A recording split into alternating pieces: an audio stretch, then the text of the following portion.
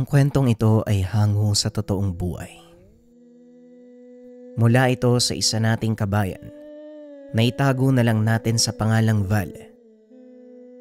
Walang eksaktong taon. Probinsya ng Iloilo. Nang mga panong ito, nakatira sa isang liblib na baryo sa probinsya ng Iloilo itong si Val.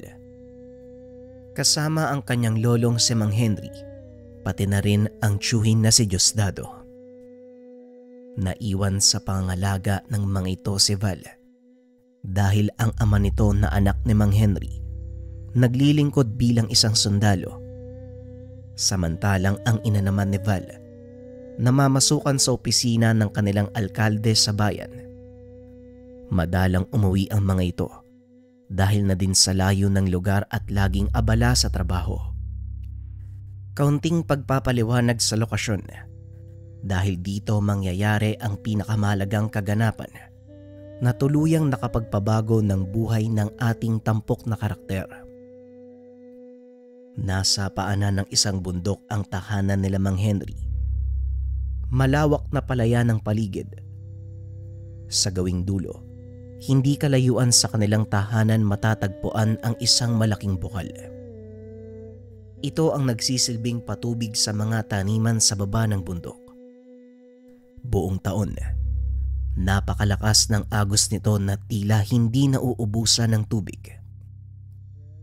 Sinasabing may waga ang lugar na ito dahil taon-taon may mga nawawalang bata sa lugar na ayon sa mga nakakatanda, kinukuha ng isang nilalang na ang kalahating katawan ay pagong at ang kalahati naman ay sa tao.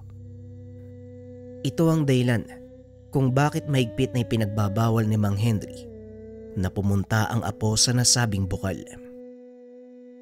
Hindi naman gaanong kalayuan, halos tanaw ito mula sa kanilang tahanan, kaya minsan nagagawang pumuslit ni Val. Ito ang dahilan kung bakit nagkaroon siya ng kakaibang karanasan. Atras tayo ng 5 taon. 10 taong gulang si Val ng mga sandaling ito. Nasa tugatog ng kakulitan. Madalas itong napapagalitan ng tiyuhin dahil na din sa katigasan ng ulo. Nang mga oras na yun, naghahandang umalis si Mang Henry at Diosdado papunta sa bayan para mamili ng abonong gagamitin sa kanilang sakahan. Vala po, alis muna kami ng Tio Henry mo ha. Huwag kang malikot. At lalong huwag kang pupunta doon sa bukal ano. Pag natsyempohan ka ng halimaw doon ako, siguradong yari ka. Wika ni Mang Henry. Opo lolo, dito lang po ako maglalaro. Tugon ni Val. Kilala ko yung mga ngitian na yan, Val ha. Humanda ka sa akin mamaya kapag nalaman kong naglaro ka na naman sa bukal. Wika ni Diosdado. Kagad itong inawat ni Mang Henry. Ano ka ba naman, Diosdado? Huwag mo na ngang tinatakot ng ganyan si Val. Kung aalis siya, hayaan mo. Eh bakit? Sino bang gagawing hapunan ng mga halimaw sa bukal? Ay siya naman, hindi ba? Wika ni Mang Henry. Napalunok ng laway si Val. Bagyang nakaramdam ng takot sa sinabi ng lolo. Pag-alis ng mga ito, pinili ng batang libangin ang sarili sa kanilang bakuran. Habang naglalaro, napansin nito ang ilang kabataang papunta sa bukal. Hakbang na sana ito nang biglang maalala ang sinabi ni Mang Henry. Ngunit bigla itong napaisip. Kung totoo man yung sinasabi ni lolo sa kani Uncle, bakit nagpupuntahan yung mga bata doon sa bukal? Tanong ni Val sa sarili. Hindi na malaya ng paslit na unti-unti nang humahakbang ang mga paa. Papunta ito sa bukal. Ilang sandali pa ay natagpuan nito ang sariling nakatayo sa mismong tabi ng umaagos na tubig. Inikot nito ang tingin sa paligid. Ngunit wala doon ang mga batang dumaan. Yaman din lang na naroon na siya sa lugar. Pinili na lang ni Val na magtampisaw. Hindi na namalay ng paslitang oras. Magtatanghali na. Bigla nitong naalala na pauwi na si Mang Henry at ang Chewin. Kaya dali-dali itong umahon. Kaso nga lang, bigla siyang nakakita ng maliit na puting bagay na lumulutang sa gilid ng bukal. Dinampot ito ni Val at dinala pa uwi. Dali-daling nagbihis at sinampay ang mga basang damit sa ilalim ng silong upang hindi makita ng dalawang nakakatanda. Naupo ito sa atangan ng kanilang bahay habang tinitignan ang napulot na bagay. Medyo matigas ang bagay na yon na nahahawig sa itlog. Ang pinagkaiba nga lang, mistulang papel ang puting bagay na nakabalot dito. Ilang sandali pa ay dumating na si Mang Henry. Hindi nakita ni Val ang Chewin, kaya nakahinga ito ng maluwag. Ay, salamat, nakauwi na din. Ano Val, hindi ka ba umalis ng bahay? Tanong ni Mang Henry. Siyempre po hindi lolo. Dito nga lang ako naglalaro sa bakuran, nakakatamad eh. Nagpunta lang ako sa sapa kasi gumulong papunta dun yung bola ko. Tapos nakita ko po to. Tugon ni Val. Magagalit na sana ito. Ngunit biglang nalihis ang atensyon ng matanda sa bagay na hawak ng paslit. Teka, mukhang itlog ng pagong ang isang to ah. Saan mo nakuha yan? Dyan po, sa may sapa.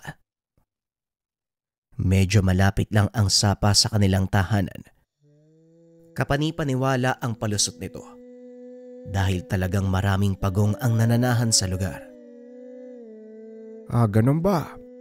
Ano ngayon ang balak mo sa itlog na yan? Sigurado po ba kayong itlog ng pagong yan? Oo naman, walang duda. Itlog ng pagong yang napulot mo. Kung ganun lo, itatago ko na lang. Baka sakaling mapisa eh. Pag-uusap ng dalawa. Tinuruan ng matanda si Val kung paanong papapisain ang itlog. Makalipas nga ang mahigit 2 buwan, lumabas mula sa itlog ang isang maliit na pagong. Tuwang-tuwa si Val dahil nagawa niyang buhayin ang itlog ng pagong. Kalaunan ay inalagaan nito. Ang buong akala ni Mang Henry, pangkaraniwang pagong lang ang nakuha ng apo. Ngunit habang tumatagal, napapansin nitong may kakaiba sa munting hayop. Nag-iiba ang kulay ng baon nito. Habang nagtatagal, lumilitaw mula sa balat nito ang mga kakaibang marka na parang mga sinaunang letra. Balik tayo sa kasalukuyan. Nang mga panong ito ay binata na si Val, naroon pa rin ang alaga nitong pagong. Normal na sa mga ito ang kabagalan sa paglaki. Sa mga hindi nakakaalam, umaabot ng mahigit 100 taon ang buhay ng isang pagong. Depende sa lugar na kinalakihan. Sa kaso ng mga pagong na inaalagaan ng tao, malaki ang pag-asa na mas humaba pa ang buhay nila kaysa nasa kalikasan. Minsan ay hindi nahiwalay ang pagong kay Val. Sa tuwing papasok ito sa paaralan, inilalagay ng binata ang alaga sa bulsa. At dahil kasing laki lang ito ng kanyang palad, walang halos nakakapansin. Madalas din itong kinakausap ni Val. Tila nakakaintindi ang pagong. Sinusunod ang lahat ng sinasabi ng binata. Habang tumatagal, unti-unting nagpapakita ang kakaibang kakayahan ng pagong. Isang hapon, habang pauwi galing sa paaralan, biglang lumindol at ang daan papunta sa kanilang tahanan ay nasa gilid ng bangin. Minsan kahit walang lindol, nahuhulog ang malalaking bato mula sa pinakataas ng bundok. Nang mga sandaling iyon, nasa kalagitnaan ng kalsada ang binata nang biglang magsipaggulungan ang malalaking bato papunta sa kanyang kinakatayuan. Hindi magawang kumilos ng binata dahil sa sobrang kaba. Nanigas ang mga binti nito hanggang sa tuluyan siyang mawalan ng ulirat. Sa pagkakataong iyon, alam ni Val na hindi siya makakaligtas. Ngunit laking gulat nito nang magising sa loob ng isang silid. Nakaupo sa tabi ng higaan si Mang Hiner habang kausap ang isang lalaki. Napagtanto ng binatang nasa ospital ito. Paglabas ng lalaking nakaputi ay kaagad kinausap ni Mang Henry ang apo. Anong nangyari, Val? Paano ka nakaligtas? Tanong ni Mang Henry. Hindi ko po alam eh. Pero teka, nasaan po yung alaga ko? Tanong ni Val. Napakamot naman ng ulo si Diosdado dahil mas inalala pa nito ang alagang pagong. Ayos ka talaga, no? Naalala mo pa yung alaga mong pagong. Samantalang kamuntikan ka ng mamatay. Huwag kang mag-alala. Nasa bahay ang alaga mo. Sabihin mo nga kung anong nangyari. Ayon kasi sa mga nakakita sa'yo, sa laki ng mga batong gumulong pababa ng bangin, imposibleng makaligtas ang sino mang tatamaan. Wika ni Diosdado. Hindi ko rin po alam kung anong nangyari, Uncle Deo. Sa sobrang takot ko po kasi, nawalan ako ng malay. Paggising ko, nandito na ako eh. Tugon ni Val.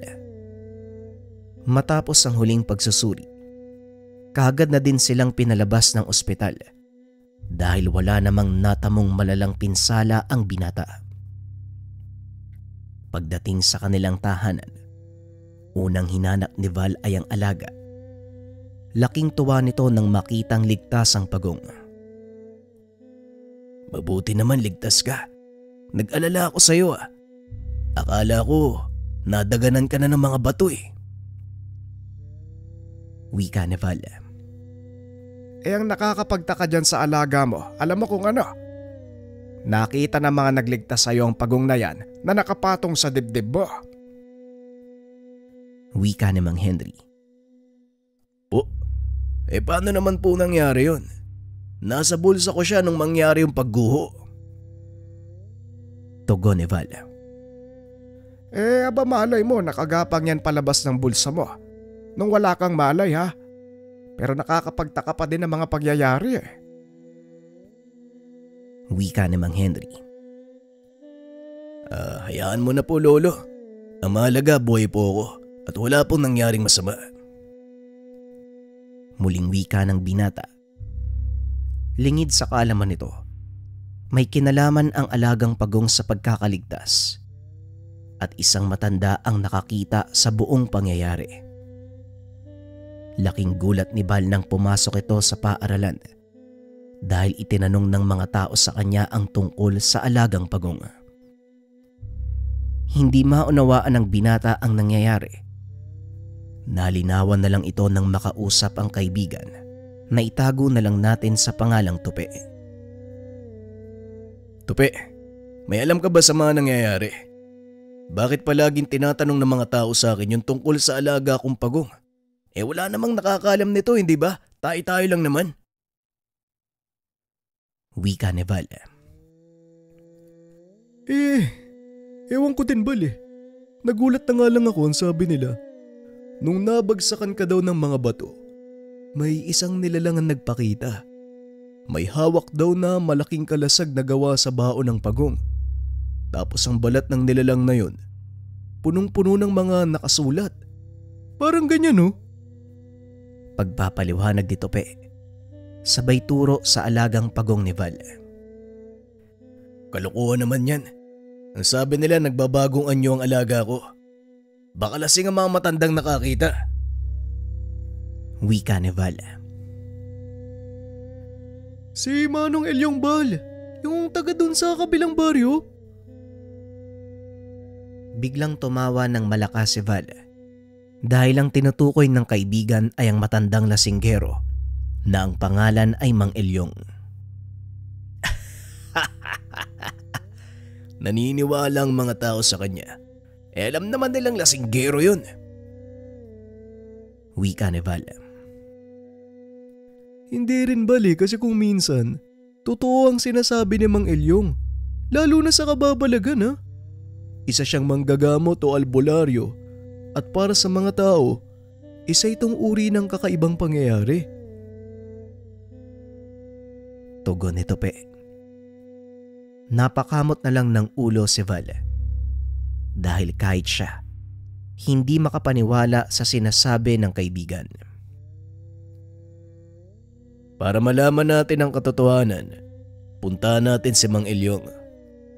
Kasi sa totoo lang, naguguluhan na ako eh. At saka parang ayoko nang lumabas ng bahay dahil sa mga tanong ng tao. Wika ni Val. Pagsapit ng hapon pagkatapos ng klase, kaagad nilang tinungo ang bahay ni Mang Elyong. Ngunit hindi pa man sila nakakarating. Napansin ni Val na hindi mapakali ang alagang pagong na nasa bulsa. Nagpupumilit itong lumabas na tila may kinakatakutan. Kaya ang ginawa ni Val, inilabas niya ito sa bulsa at hinawakan. Ilang minuto pa ng paglalakad, narating ng dalawa ang tahanan ng matanda. Ngunit sa kasamaang palad, wala ito sa lugar. Mukhang kailangan natin siyang antayin dito ah. Ganitong oras kasi ang punta niya sa baryo para bumili ng lambanog. Siguradong pasuray-suray na naman yun pag uwi dito. Wika ni Tope. Ayos lang. Wala naman akong gagawin sa bahay eh. Ikaw, baka mapagalitan ka ng tatay mo ha? Wika ni Val. Hindi rin. Wala sila nanay sa bahay eh. May pinuntahan. Mag-isa nga ako ngayon eh.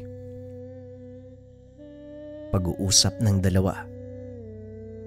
Isang oras mahigit ang nakalipas. Natanaw na ni Tope si Mang Elyong at kagaya ng inaasahan, lango na ito sa alak ng dumating. Oh, nandito na siya Balo. Maganda ka. Paniguradong magagalit yan dahil nandito tayo sa loob ng bakuran niya. Wika ni Tope. Dali-dali namang tumayo si Val. Habang papalapit ang matanda, lalong nagiging maligalig ang alaga nitong pagong. Anong ginagawa niyo dito sa bakuran ko? Hindi niyo ba alam? Tapos na ang oras ng pagpapagamot. Ala sige, magsialis kaya. Wika ng matanda habang gigewang-gewang sa paglalakad. Hindi po kami magpapagamot, Tatang. May ilang katanungan lang po ako. Tugon ni Val. Inilapit ng matanda ang kanyang muka para maaninag ang muka ng binata. Ikaw nga ang batang yan. Sinasabi ko na nga ba, pupuntahan mo ko eh. Ano, nasa na ang alaga mong engkanto? Bakit hindi mo ilabas? Wika ni Mang Elyong. Yun nga po ang gusto naming malaman, Mang Elyong. Dahil hindi ko po alam kung anong nakita nyo nung araw na lumindol. Nawalan po ako ng malay eh. Nagising na lang ako sa loob ng ospital. Tugon ni Val. Sa tingin mo, maniniwala kong hindi mo nakita ang nilalang na subangga ng malaking batong tatama sa'yo. Ay nako, kalokohan. Muling wika ni Mang Elyong. Matapos ay lumagok ito ng dalang bote. Kaso nga lang wala na itong laman, kaya naglakad palayo ang matanda. Teka, Manong, saan po kayo pupunta? Tanong ni Val. Eh Pambibili ko ng lambanog. Naubos na eh. Naku Bal, gawa mo ng paraan. Dahil buong gabi siyang nagpapabalik-balik sa baryo hanggang sa tuluyang makatulog sa kalasingan. Wika ni Tope. Ganito ang nangyayari sa matanda sa tuwing malalasing. Pupunta sa baryo para uminom ng isang galong lambanog. Bibili pa ito ng isa pang inumin habang naglalakbay pa uwi. At sa oras na maubos ito, muling babalik ang matanda upang bumili. Paulit-ulit ang nangyayari hanggang sa tuluyan nitong bumagsak sa kalasingan. Sandali lang Manong. Ang kaibigan ko na lang po ang bibili para sa inyo. Antayin nyo na lang po siya dito. Wika ni Val. Dali-dali namang nag-abot ng pera sa kaibigan at sa pilitan itong pinabili ng lambanog. Silang dalawa na lang ang naiwan sa tahanan ng matanda. Naupo ito sa sulok at pinagmamasdan si Val. Hindi naging komportable ang binata, kaya naisipan nitong lumabas ng tahanan. Akmang tatayo na sana nang bigla siyang pigilan ni Mang Elyong. Sandali lang. Hindi ba sabi mo may itatanong ka? Bakit ka lalabas? Tanong ng matanda. Meron nga po. Pasensya na, medyo naiilang po kasi ako sa titig nyo. Tugon ni Val. Unti-unti mo nang nakukuha ang ugali ng iyong kaibigan. Mahiyain at mas gugustuhin na lang magtago sa kanilang bao. Muling wika ni Mang Elyong. Dito na nagkaroon ng lakas ng loob si Val upang magtanong sa kanya. Manong, gusto ko lang pong malaman kung anong klaseng nilalang yung nakita niyong nagligtas sa akin. Wika ni Val. Sa hindi malamang dahilan, tila nagkaroon ng interes ang binata sa mga sasabihin ni Mang Elyong. Sa kabila ng katotohanang nakainom na ito, malamang wala na sa sariling wisyo. Kaya nga nang nasabi ko sa mga tao. Isang malaking nilalangan nakita kong sumangga ng mga batong tatama sana sa iyo. Hindi ako maaaring magkamali. Ang nilalang na yon ay ang tinatawag nila na kapa. Wika ni Mang Elyong. Hindi pamilyar sa binata ang sinasabing nilalang ng matanda dahil noon pa lang niya ito narinig. Kapa? Ano po yan Manong? Pasensya na ha. Ngayon ko lang kasi narinig ang nilalang na yan eh.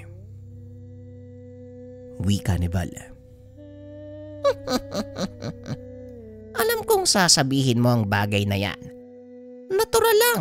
Wala kang alam tungkol sa mga nilalang na sinasabi ko dahil hindi naman sila orihinal na taga dito sa ating bansa. Mula sila sa bansang Hapon. Wika ni Mang Elyong. Nanlaki mga mata ni Val sa sinabi nito. Bansang Hapon? Paano po yun nakarating dito? Tanong ni Val. Ngunit sa kasamaang palad, hindi na ito nagawang sagutin ni Mang Elyong dahil tuluyan na itong nakatulog. Sumakto namang dumating si Tope. Eto, nandito na yung lambanog mo, Manong. Naku, tinamaan ng lintik. Tulog na pala yan? Wika ni Tope.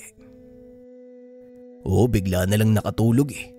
Halika na nga, umuwi na lang tayo. Sayang, hindi niya nasagot ang mga tanong ko. Tugon ni Val. Ngunit may naisip na paraan si Tope kung paanong gigisingin ang matanda. Ay, sandali lang. May naisip ako, Bal. Tignan mo to. Wika ni Tope. Sabay bukas ng galon ng lambanog. Itinapat ito sa ilong ng matanda. Sa isang iglap lamang, tila binuhusan ng malamig na tubig si Mang Elyong. Muli itong gumising at hinablot ang galon sa kamay ni Tupi. O diba? Sabi ko sa'yo, Bal. O sige na, ituloy mo na yung pagtatanong sa kanya. Itong lasinggerong to. Napakamot na lang sa ulo si Val at muling tinanong ang matanda. Mang Elyong, ituloy niyo po ang kwento. Wika ni Val. Kwenta? Anong kwenta?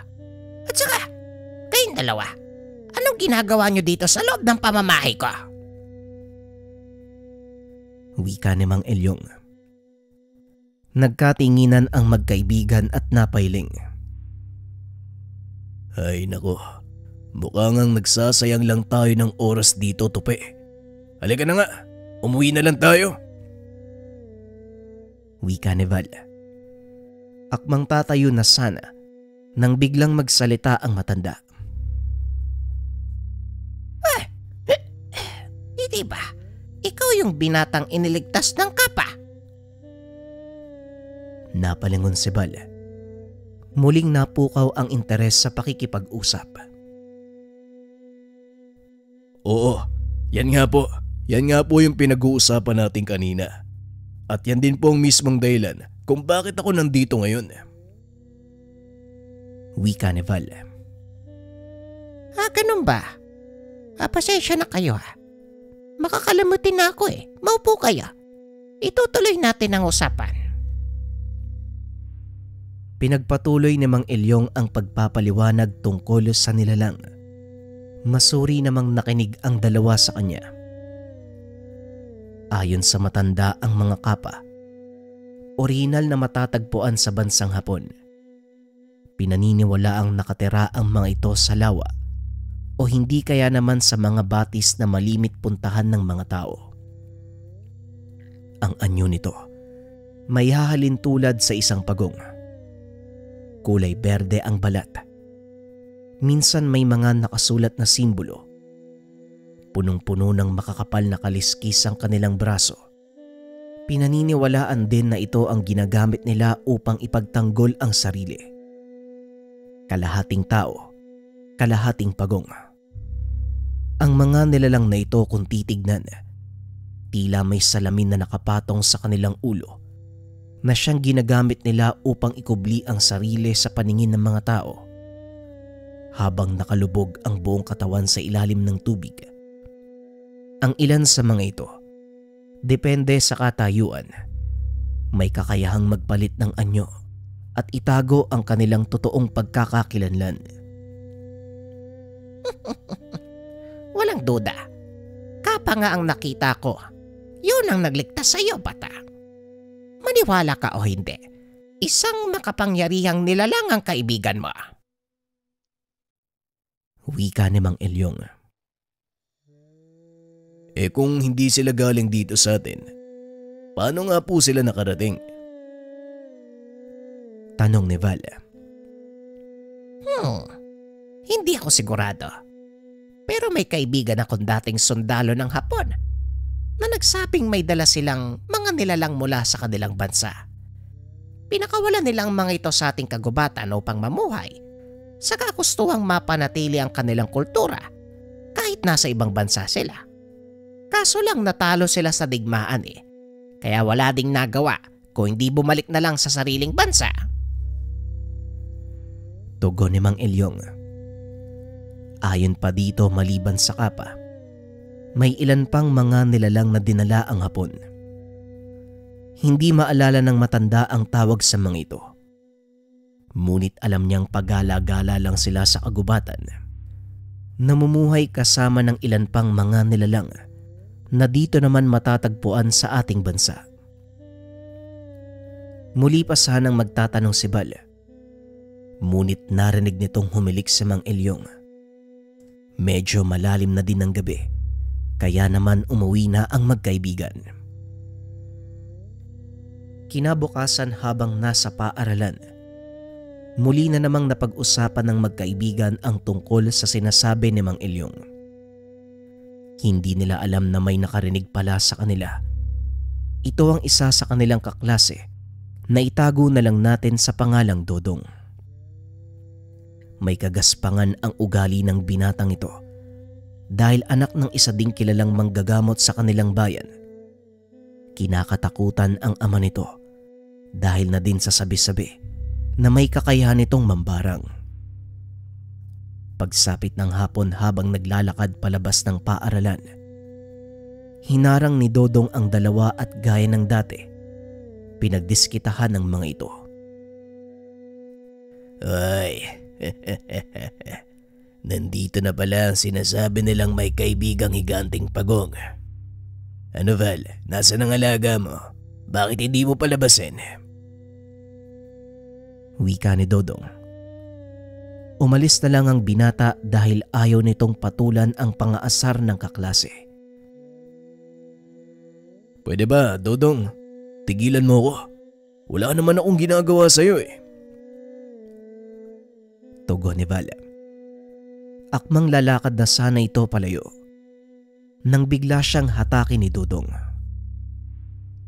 Huwag kang bastos dahil kausap pa kita. Mukhang nakalimutan mo yata kung sino ang tatay ko. Napangiti si Val. Muling nagsalita dahilan para mapahiya si Dodong. Alam mo Dodong, hindi ko nakakalimutan kung sino ang tatay mo. Wala lang akong pake. At mas lalong hindi ako natatakot sa kanya. Kaya kung pwede lang, lubayan mo kami ni Tupi. Wika ni Val.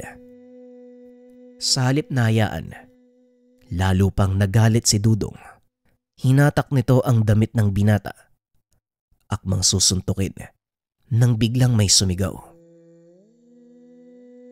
Bitawan mo ang pamangking ko kung ayaw mong samain. Napalingon si Val. Nakita ang tiyuhing si Diosdado. Maswerte ka, may dumating na sa kalolo. Pero hindi pa tayo tapos, Val.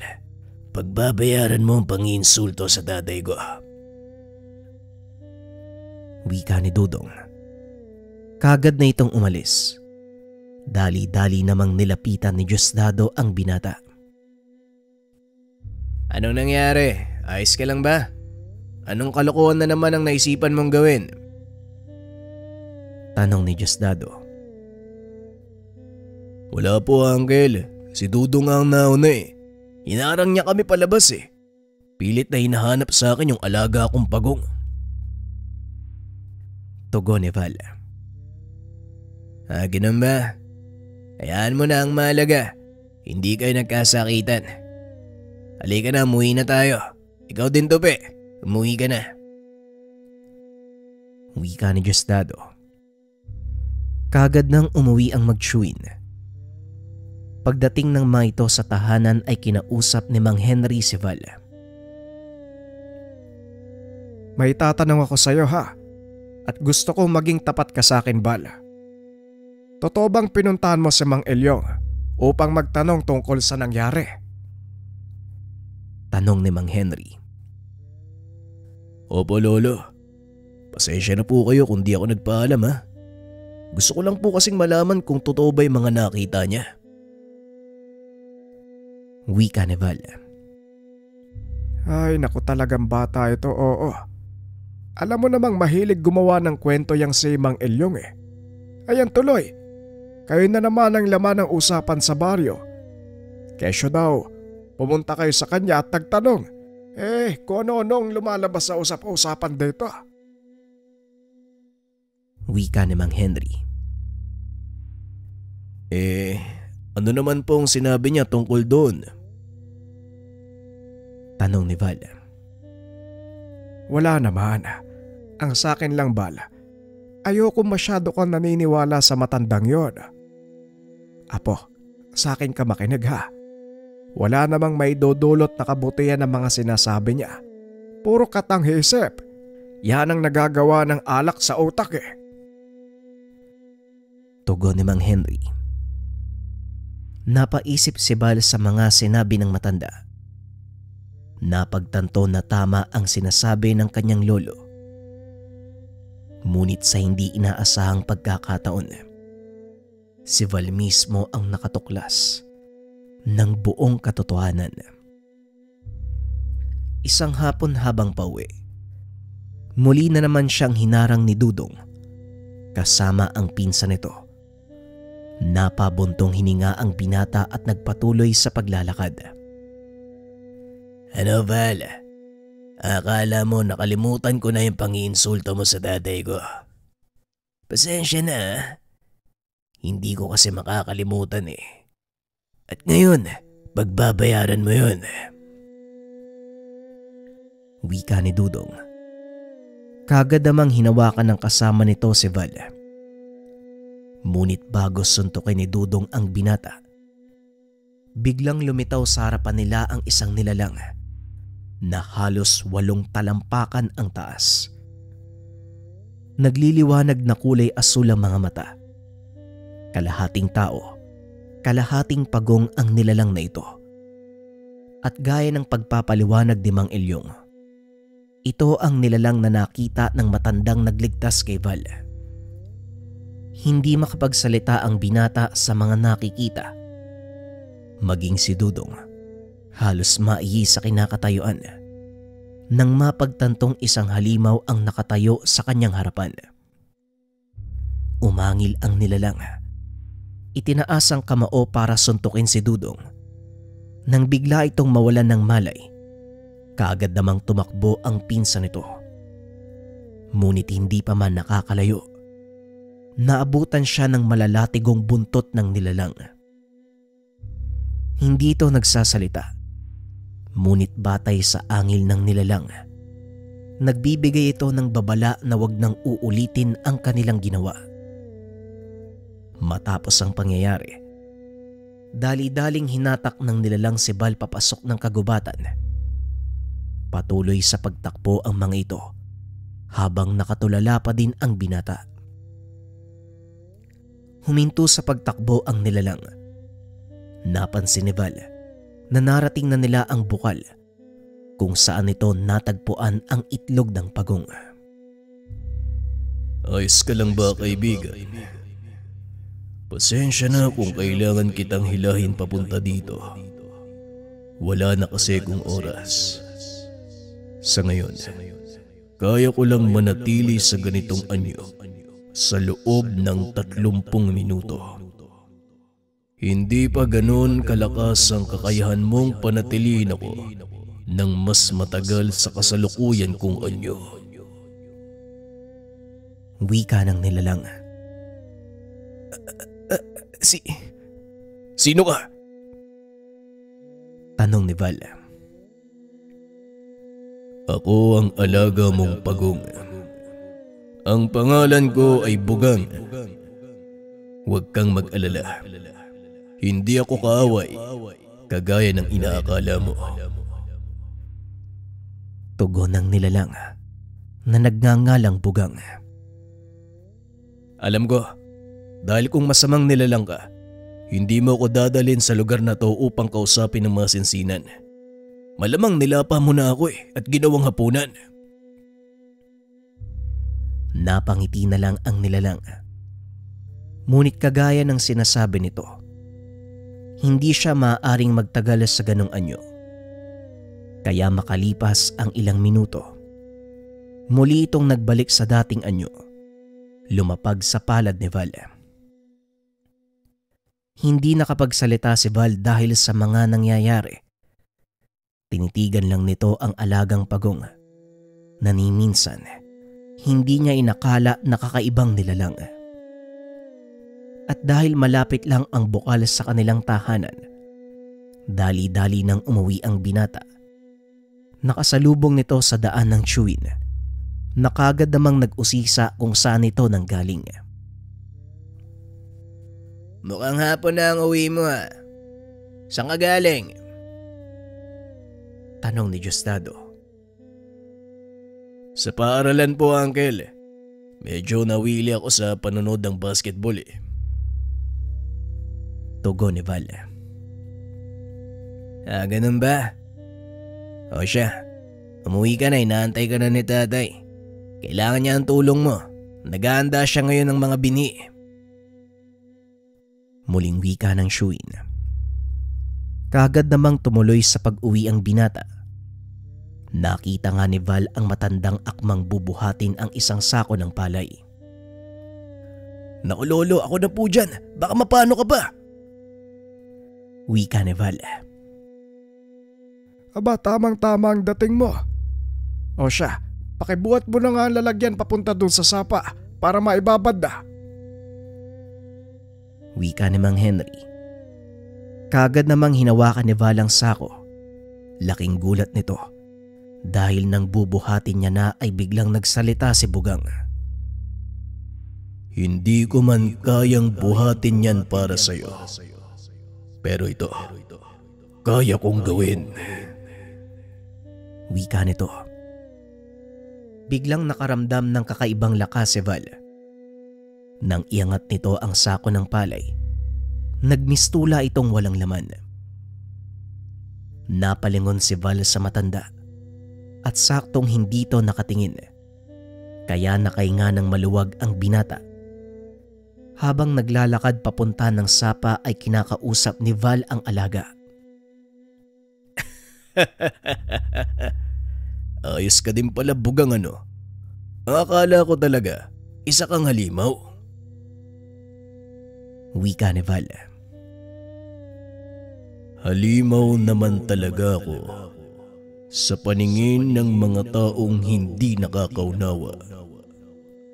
Ngunit hindi mo rin sila masisisi dahil bibihira ang kagaya ko. At isa pa, malaki ang kaibahan ng anyo ko kumpara sa inyong mga tao. Tugon ni Bugang. 5 sako ng palay ang kanilang binabad ng hapong iyon. Kinabukasan ay kailangan itong hanguin bago tuluyang isaboy sa pataniman. Ngunit may isang problema si Mang Henry dahil hindi pa nito natatapos ang pagpapalabas ng tubig sa palayan. Ay nako, nakalimutan kong hindi pa pala tapos ang pagbabawas ng tubig sa palayan. Sa susunod na araw tayo magsasaboy. Ay sandali lang bala, dito ka lang. Magbubukas ako ng mga pilapil. Wika ng matanda. Pinigilan nito ng binata. Ako na po ang gagawa lolo. Wala naman akong pasok bukas eh. Kaya ayos lang kung mapuyat ako. Kakain lang ako ng hapunan bago pumunta sa bukid. Wika ni Val. O siya, kung talagang yan ang gusto mo, hindi kita pipigilan. Mabuti na rin yan para matutunan mo ng pangawakan ng palayan ng iyong ama't ina. Wika ni Mang Henry. Matapos ang hapunan, kaagad nang lumakad si Val. Maliwanag naman ng mga sandaling iyon, kaya nagagawang makita ng binata ang gagawin.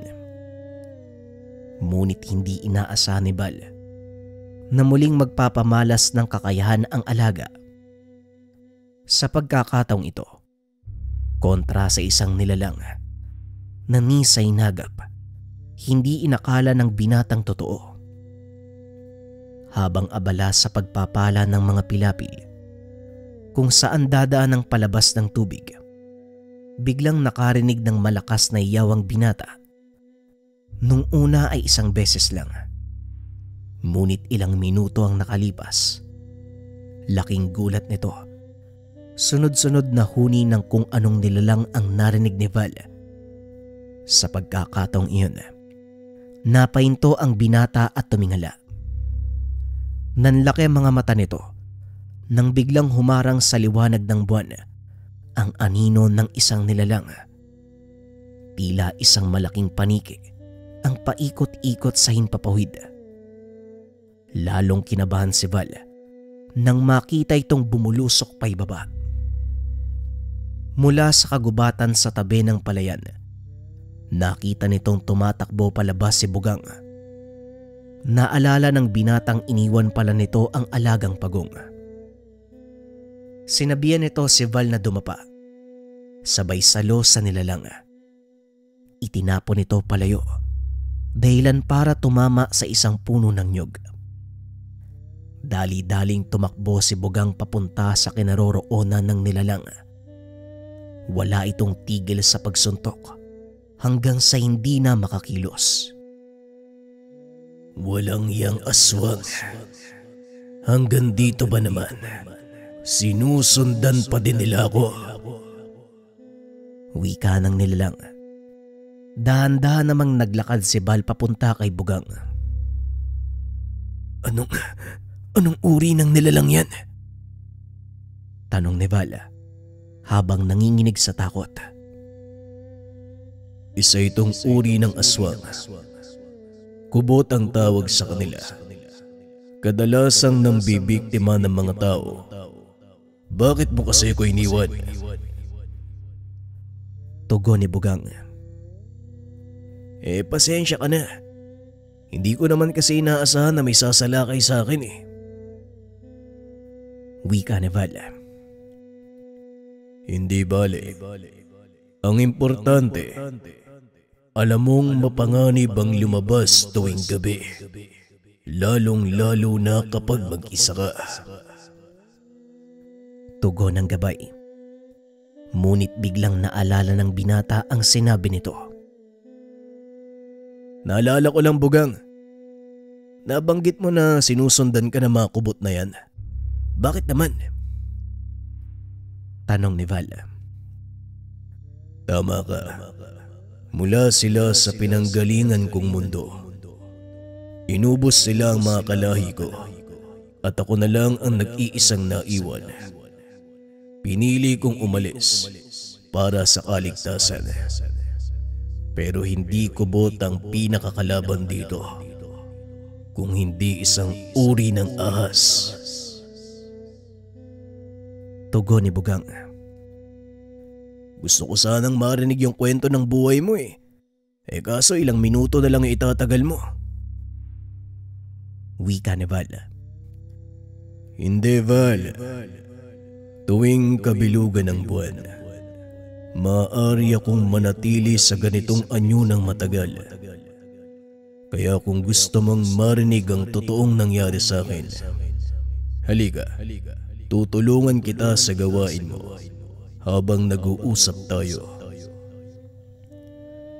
Pinaliwanag ni Bugang ang buong pangyayari.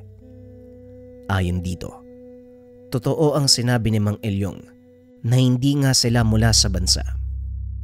Dinala sila ng dayuhan kasama ang kanyang pamilya. Bagaman naging mahirap ang biglaang pagbabago ng lugar, pinilit ng angkan ni Bugang na makiangkop at mamuhay ng payapa.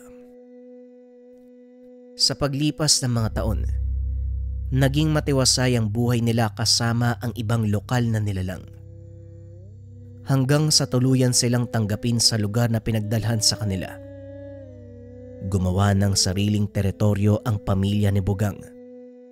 Iginalang naman ito ng ibang nilalang. Pinili nila ang bukal na malapit sa tahanan ni Val. Ngunit sa kalagitnaan ng katahimikan, sinalakay sila ng pangkat ng mga kubot. Isa-isang pinagpapapatay ang kanyang mga kaanak. Matatanda na ang mga ito, kaya hindi na nagawang maipagtanggol ang mga sarili. Paslit pa lang si Bugang ng mga sandaling ito. Sa murang edad, nasaksiyan niya ang kalupitan ng mundong ginagalawan. Ito din ang naging dahilan para tuluyan niyang lisanin ang kanilang mundo. Pinili nitong isakripisyo ang sariling buhay para muling ipanganak at doon nagsimula ang sama nila ni Val.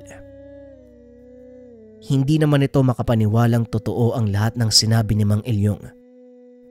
Lalo pa nang inamin ni Bugang na siya ang nagligtas kay Val nung naganap ang lindol.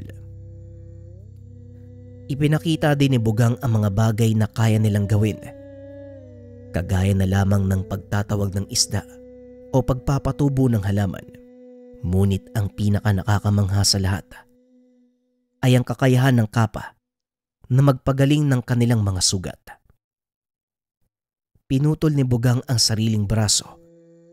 Nanlaki ang mga mata ng binata dahil nakita niya itong tumubo. Pero napakalakas mo, Bugang. At alam kong gaya mo, malakas din ang mga kalahi mo. Bakit hindi nyo nagawang lumaban? Wika ni Val. Masyado nang masakit ang pangyayari, Val. Pero sige, ipapaliwanag ko pa rin. Ayon dito, isang tao ang nakilala nila at naging kaibigan. Pinagkatiwalaan ng mga kaanak ni Bugang ang taong iyon. Umabot pa sa punto, inilahad ng mga ito ang kanilang pinakainiingatang sekreto, ang kanilang immortalidad at kung saan ito nagmula. Magtitiwala ako sa iyo dahil ikaw ang nagligtas ng buhay ko. Kaya sana wag mo kong bibiguin.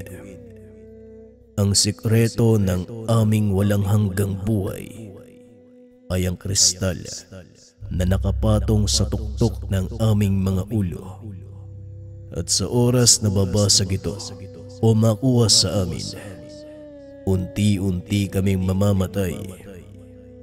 Yon ang ginawa ng taong pinagkatiwalaan ng aking ama. Sauli, ipinagkanulo siya para sa bertud na yon. Literal na ahas.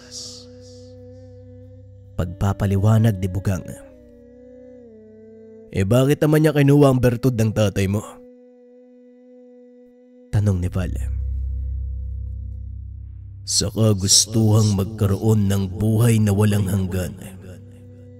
Hindi akalain ni ama na gagawin yun sa kanya ng pinagkakatiwalaang tao, maging sina at mga kapatid ko, hindi nakaligtas. Ginamit ng ahas na yon ang mga kubot para makuha ang kanyang gusto. Unti-unting naging maliwanag kay Val ang nangyari. Bagya itong nalungkot sa mga narinig.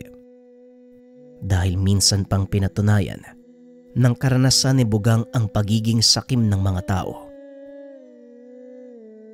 Pasensya ka na, Bugang, sa ginawa ng mga kalahi ko, ha?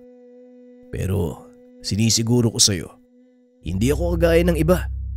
Wala akong pakialam sa pagiging immortal. Ang gusto ko lang mamuhay ng payapa at mamatay ng maayos pagdating ng panahon. Wika ni Val. Sa mga hindi nakakaalam, ang mga kapa ay nilalang na netibo sa bansang Hapon. Sinasabing ang mga ito ay may kakayahang magpatubo ng anumang uri ng halaman, gumamot ng kahit anong pinsala sa katawan. Sinasabing dahil sa taglay nilang kakayahan sa pagpapagaling, nananatiling immortal ang mga ito, at ang pinanggagalingan ng kanilang kapangyarihan ay ang malakristal nilang bumbunan. Sa oras na mabasag ito, unti-unti silang tatanda. Mawawala ang kakayahang pagalingin ng sarili at kalaunan ay mamamatay. Kinakatakutan din ang kapa sa bansang pinagmulan nito dahil sinasabing kumakain sila ng mga naliligaw na tao sa kanilang teritoryo. Ngunit sa kabila ng takot na dala ng mga kapa, may ilang naniniwalang nagbibigay sila ng swerte. Kaya ang mga aristokratang pamilya sa bansang Hapon nagpapagawa ng sariling lawa sa kanilang bakuran. Naglalagay ng mga dambanang nag-iimbita sa mga nilalang na manirahan doon. Balik tayo sa kwento. Muling naalala ni Val ang kwento ng kanyang lolo Henry tungkol sa bukal. Hindi napigilan ni Val ang sariling magtanong tungkol dito. May naikwento sa akin si lolo tungkol sa pagkawala ng mga tao sa bukal. Kayo din bang may gawa nun? Tanong ni Val. Oo, ginagawa namin yun dahil ginagambala nila ang aming tahanan.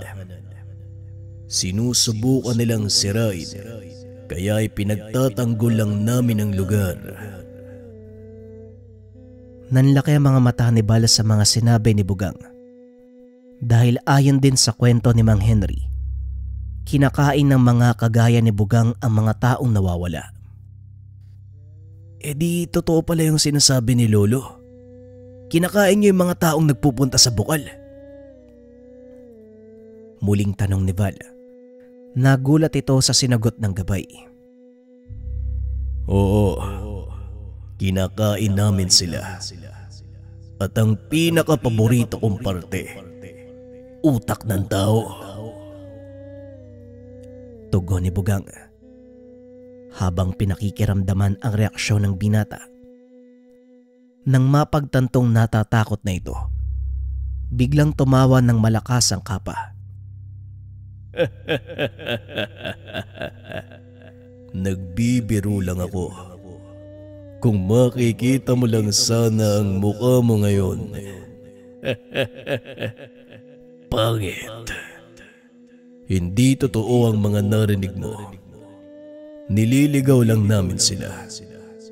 May kakayahan kaming magbukas ng ibang dimensyon papunta sa ibang lugar. At doon namin sila dinadala. Kaya marami sa kanila ang hindi na nakakabalik. Wika ni Bugang. Hindi na namalayan ng 2 ang oras. Napansin na lang ni Val na may papalapit na sulo. Napagtanto, si Diosdado ang paparating. Hindi na ako magtatagal dahil baka makita ako ng tiyuhin mo. Wika ni Bugang. Muli itong nagbalik sa pagiging pagong. Nang mga sandaling iyon, nakita ni Diosdado ang kubot na pinatay ni Bugang. Halos mapatalon ito sa takot. Saan ang galing ang nilalang na yan, Val? Sinong nakapatay dyan? Tanong ni Diosdado. Hindi ko alam, Uncle. Nagulat na lang ako. Bigla yang bumangga sa puno ng nyug Pagsisinungaling ni Val. Napasapo ito ng noo dahil nakaligtaan nilang ayusin ang katawan ng kubot. Bumangga sa puno ng nyug. Seryoso ka ba, Val? Sino namang walang utak yung babangga sa puno ng nyug? Wika ni Diosdado. Di sino ba? Yung nilalang na yan. Tugon ni Val. Puro kakalokohan. Sabihin mo sa akin ang katotohanan. Sino ang nakapatay sa nilalang na yan? Muling tanong ni Diosdado. Kung sasabihin ko sa'yo, hindi ka din naman maniniwala, Uncle. Sabihin mo. Subukan mo ako. Ito, Uncle. Si Bugang. Siya ang pumatay sa aswang na yan. Tugon ni Val. Tumawa ng malakas si Diosdado nang makita ang pagong na nagtatago sa kanyang bao. Yan? Ano naman ang magagawa ng kakaranggot na... Hindi na ituloy ni Diosdado ang sasabihin. Biglang nagbago ang anyo. Sa mismong harap niya si Bugang. Napasigaw ito sa sobrang takot. Ngunit hindi niya magawang tumakbo dahil nakapalupot sa kanya ang mahabang buntot ng nilalang. Pasensya ka na, Val. Nakalimutan kong iligpit ang kubot. Yaman din lang na nakita na ito ng tiyuhin mo. Wala na sigurong dahilan para magtago pa ako. At ikaw naman, Diosdado, sino ang tinatawag mong kakaranggot? Wika ni Bugang. Pilit namang pinipigil ni Val ang pagtawa dahil kitang-kita sa liwanag ng sulo ang pamumutla ni Diosdado. Ayos lang, Bugang. Yun nga lang, tinakot mo ng gusto si Uncle. Tara, itago na muna natin yung kubot. Tugon ni Val. Kinuha ni Bugang ang sisidlang nakasabit sa tagiliran. Ininom ang laman. Laking gulat ng binata dahil biglang nagbuga ng apoy ang kapa. Tinupok ang katawan ng kubot. Hayaan mo lang na maging abo ang katawan niyan. Wala nang makakapansin sa kanya. At ikaw naman, Diosdado, sa oras na ipagkalat mo ang nangyari dito, tandaan mo, hahanapin kita at ikaw ang gagawing kumpulutan. Hindi na nakapagsalita si Diosdado. Nang mga sandaling iyon ay tanging pagtangulang ang naisagot nito. Matapos ay muling nagbalik sa pagiging pagong si Bugang. Saka pa lamang nahimasmasan si Diosdado. Anak nang, saan ang galing ang nilalang na yon? At bakit alam niya ang pangalan ko? Tanong ni Diosdado habang pinupunasan ng pawis. Kalma lang, Uncle. Sinabi ko na sa'yo, siya ang alaga kong bagong. Huwag kang mag-alala, binibiro ka lang niya. Hindi sila kumakain ng tao. Tugon ni Val. Akmang babatukan sana ni Diosdado ang binata nang bigla itong awatin ni Val. Hop, sandali lang, Uncle.